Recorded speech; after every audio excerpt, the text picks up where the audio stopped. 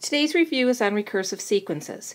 Recursion is the process of choosing a starting term and repeatedly applying the same process to each term to arrive at the following term. Basically what it means is you need the first term to get the second term to get the third term to get the fourth, so forth and so on. So a recursive formula always has two parts. If you take a look at this, okay, having two parts, the starting value is a sub 1, 1 meaning the first term. If it was a sub 2, 2 meaning the second term. The recursion equation of a sub n asks for a function of a sub n minus 1, the term before it. So a sub n, n standing for what term you're looking for. So let's say, for example, if we wanted to find the third term. So a sub n would be a sub 3 because we want the third term. So if a sub n equals a sub n minus 1, and if n is 3, we have a sub 3 minus 1, which means the third term would have to be, in this case, the second term. Or the third term would need the second term if, for example, you took the previous term and were adding 1 to that term to get the next term. So let's take a look at what kind of recursive sequences we can have. We have arithmetic and we have geometric. Arithmetic means you're adding, okay? You're either adding a positive or a negative to go up or down. And geometric means you have a common ratio, which means you're multiplying. First thing you really need to do when you take a look at these is you really need to find out what kind of formula or sequence do you have going on here. Well, in this example, the recursive formula is, it looks like I'm adding up by 2, so I have a common difference of 2. So my D is 2. So it's an arithmetic sequence. So it's a sub n equals a sub n minus 1, and now we know my D is what? 2. So there's my formula for that sequence. Let's see if that works out. All right, so we know a sub 1 is 2. Let's see if it works out that we get 4 for a sub 2. So a sub 2, our second term, which we already know because they gave it to us, it's 4, would be, my n is now 2. A sub, my n is 2. 2 minus 1 plus 2. Okay. A sub 2 minus 1 is a sub 1 plus 2. And we know a sub 1 is 2. So a sub 2 would be 2 plus 2. Therefore, the second term is 4. And it is correct because it does match. So it's basically saying you need the first term to get the second, so forth and so on. So let's play with a couple more examples. Write the first 4 terms of the following sequence. They give us a sub 1, and they give us a formula, which is nice because now we can find everybody else. So the first 4 terms, well, which is nice again, is they gave us the first one. It's a negative 4. So now we need to find a sub 2, a sub 3, a sub 4. Okay, so here we go. A sub 2, so my n is 2 because I'm looking for the second term, is a sub n minus 1, which is 2 minus 1, plus 5. Well, a sub 2 minus 1 is a sub 1 plus 5. We know a sub 1 because they gave it to us, so it's negative 4 plus 5.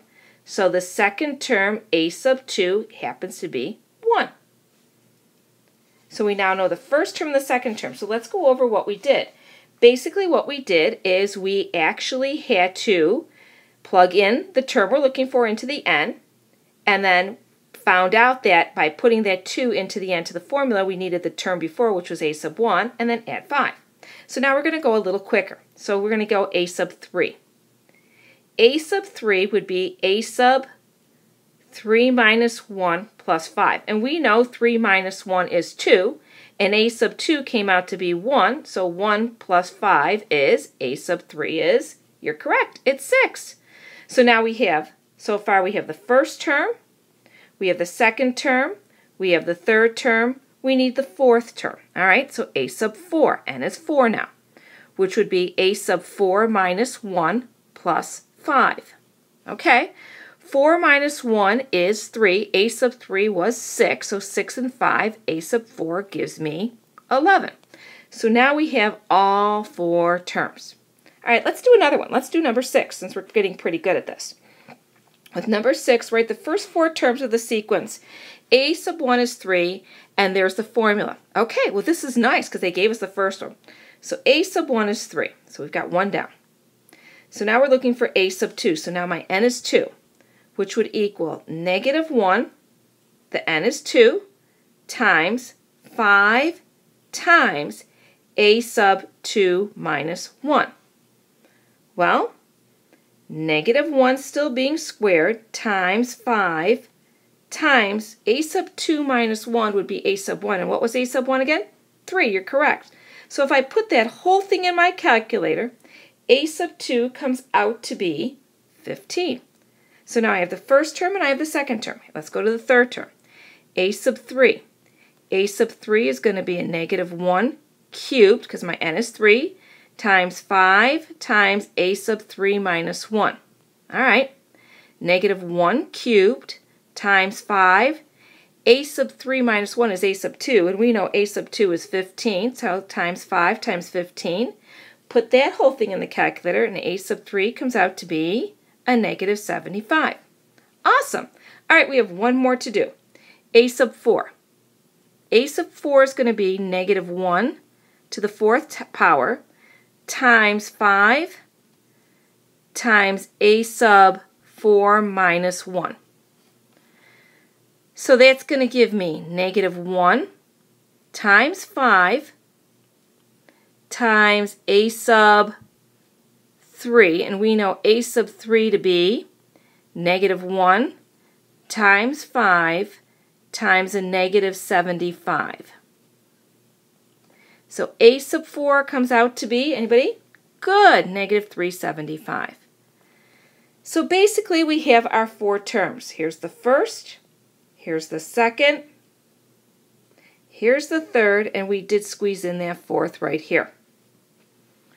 All right, one more for the row, and then I think we should all have this handled. Let's disregard this. That's just the page number. All right, find the first 4 terms of the following sequence. So here we go. Let's see if we can do less with actually having to plug everything in the formula.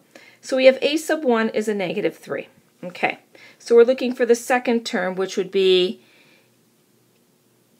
n plus 1. Well, now this case, since I want a sub 2, what does n have to be? It would have to be 1 plus 1.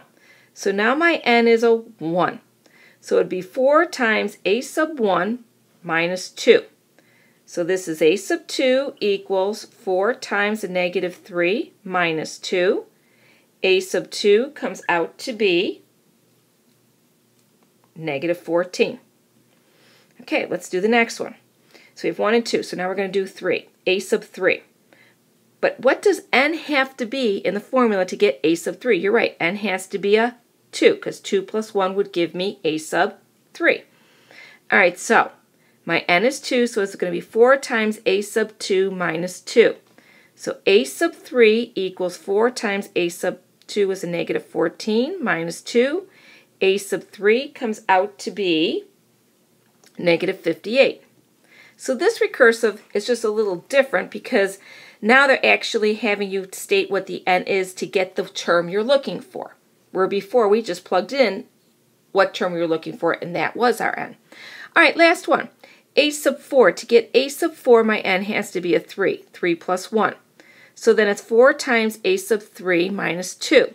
So a sub 4 equals 4 times a sub 3 is a negative 58 minus 2. A sub 4 comes out to be negative 234. So I have my 4 terms. Here's the first. I already boxed in the second. Here's the third. And here's the 4th. Hopefully this video will help you to prepare for any time you are using recursive sequences. At any time, please feel free to review the whole video for clarification.